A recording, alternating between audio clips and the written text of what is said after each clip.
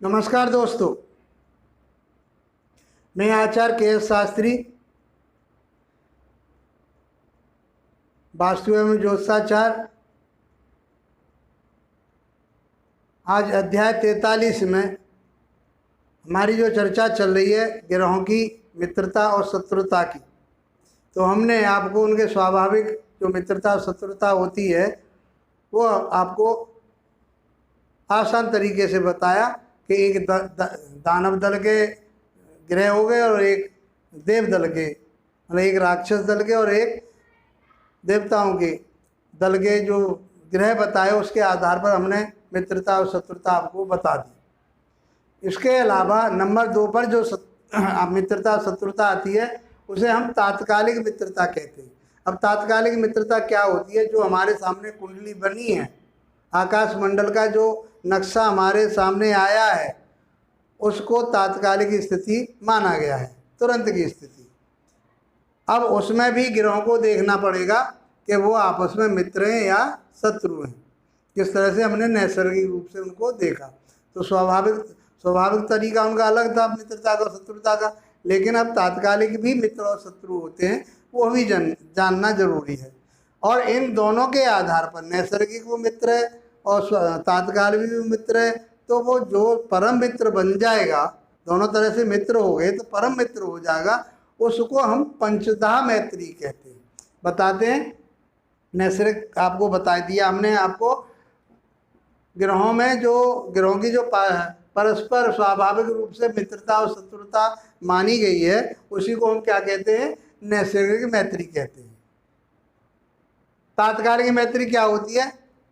सभी ग्रह जिस स्थान पर बैठे हैं, सभी ग्रह अपने अपने स्थानों पर बैठे हुए हैं, उनसे 3 घर आगे और 3 घर पीछे, अर्थात उस ग्रह की जिसकी मित्रता शत्रुता देखनी है, हर एक प्रत्येक घर की ग्रह की हमें देखनी है, तो उस ग्रह से 2 3 4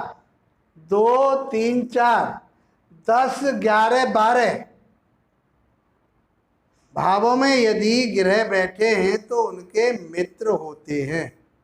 बाकी भावों में बैठे हुए ग्रह उनके शत्रु होते हैं, ये मान के चलिए। अब इसको और आसान क्या बताया कि 3 घर पीछे उस ग्रह से 3 घर आगे और 3 घर पीछे, 3 भाव आगे, 3 घर मीन्स भाव, घर मीन्स भाव, तो 3 भाव आगे और 3 भाव पीछे के भावों में जो बैठे हुए ग्रह हैं उनके परम मित्र हो गए। बाकी जो भाव बचे उनमें बैठे हुए ग्रह उनके शत्रु हो गए, बहुत आसान तरीके से। अब हम आते हैं तीसरे पंचधा मैत्री पर। मित्रों, ये समझ में आई होगी बहुत आसान तरीके से, और मैं एक उदाहरण देकर के आपको बता दूंगा। पंचधा मैत्री क्या होती है कि नैसर्गिक रूप से वो मित्र है और तात्कालिक रूप से भी वो मित्र है, तो वो क्या हो जाएगा? परम मित्र हो जाएगा। उसी का हमने यहाँ बताया है पंचधा मैत्री का कि नैसर्गिक तात्कालिक को समझने की ज़्यादा आवश्यकता, ऐसी परेशानी वाली बात नहीं जो समझ में ना आए। 3 घर आगे 3 घर पीछे, बस इतना ही। बाकी घरों में बैठे हुए ग्रह उनके शत्रु, 3 ही बात है उसमें। नैसर्गिक पंचधा मैत्री, अब इसके आधार पर जो हमारा चार्ट बनेगा या उस ग्रह का जो शुभ और अशुभ आएगा या मित्र और शत्रु आएगा। अब शत्रु आएगा तो आप समझ लीजिए उसके लिए नुकसान देगा, मित्र आएगा तो उसके लिए बल देगा, ताकत देगा, अपने प्रभाव को देगा। यही तो देखना है, तो इनको क्यों देख रहे हैं? तो वो ग्रह हमारी कुंडली में कौन सा ग्रह ऐसा होगा जो विशेष रूप से फायदा और हमारे लिए हमारा हितकारी होगा, वो सारी चीज़ हम इन्हीं के आधार पर बता पाएंगे।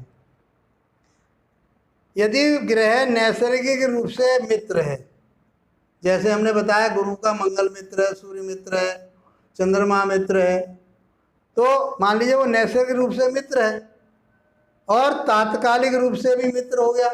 उस ग्रह को जो हम देख रहे हैं, उस ग्रह को देखा तो उस ग्रह से दूसरा ग्रह जिसके बारे में चर्चा कर रहे हैं हम, वो उसका मित्र हो गया नैसर्गिक रूप से।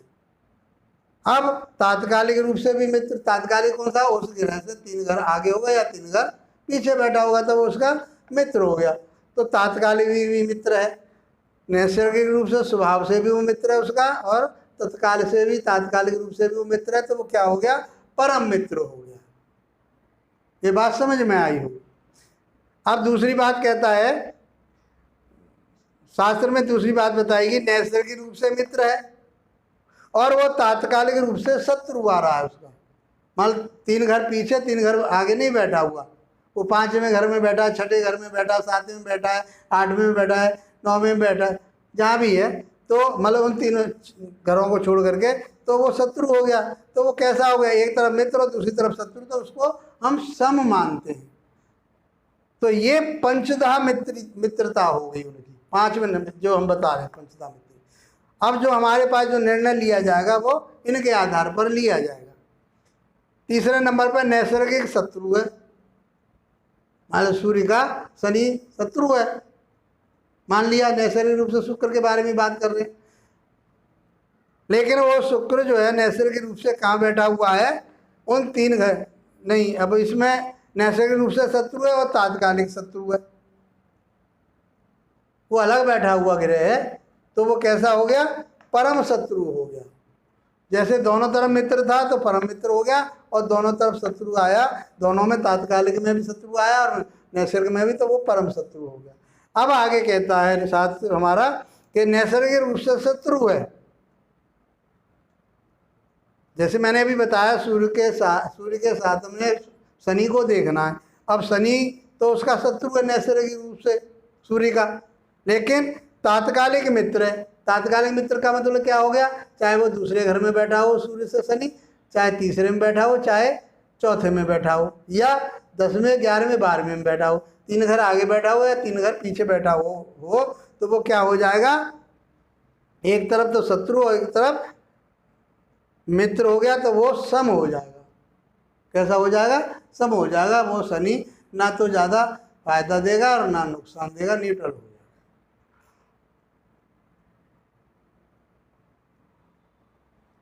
अब 5वें नंबर पर नैसर्गिक सम है, जैसे बुध होता है नैसर्गिक रूप से सूर्य का सम हो गया नैसर्गिक रूप से, तो नैसर्गिक सम हो, तात्कालिक शत्रु हो, तो वो शत्रुता में गिना जाएगा। किस में गिना जाएगा, वो शत्रुता में गिना जाएगा। छठी बात कही है, नैसर्गिक सम हो और तात्कालिक मित्र हो, तो वो मित्र हो जाता है। एक तरफ मित्र दूसरी तरफ शत्रु तो सम, दोनों तरफ मित्र तो परम मित्र, एक तरफ मित्र दूसरी तरफ शत्रु सम हो जाएगा। और यही इसमें देखना है, एक तरफ शत्रु है दूसरी तरफ भी शत्रु है, तो वो परम शत्रु हो जाएगा। आसान तरीके से आप इसको समझ सकते हैं। एक तरफ मित्र हो दूसरी तरफ भी मित्र हो, माना नैसर्गिक मित्र हो तात्कालिक मित्र हो, तो परम मित्र हो गया। नैसर्गिक वो मित्र हो तात्कालिक वो शत्रु हो, तो सम हो गया। नैसर्गिक शत्रु हो तात्कालिक भी शत्रु है वो, तो क्या हो गया, वो परम शत्रु हो गया। नैसर्गिक रूप से शत्रु हो तात्कालिक ग्रह मित्र हो, तो वो सम हो जाएगा।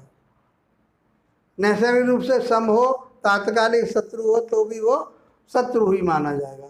इसी तरह से नैसर्गिक सम हो तात्कालिक मित्र हो, तो मित्र माना जाएगा। मत सम के साथ मित्र आ गया तो मित्र, सम के साथ शत्रु आ गया तो शत्रु। ऐसा शास्त्रों में पंचधा मैत्री के बारे में चर्चा हुई, तो मैंने बहुत आसान तरीके से आपको बता दिया। आगे हम कोई उदाहरण लेकर के भी आपको बता देंगे इसके बारे में।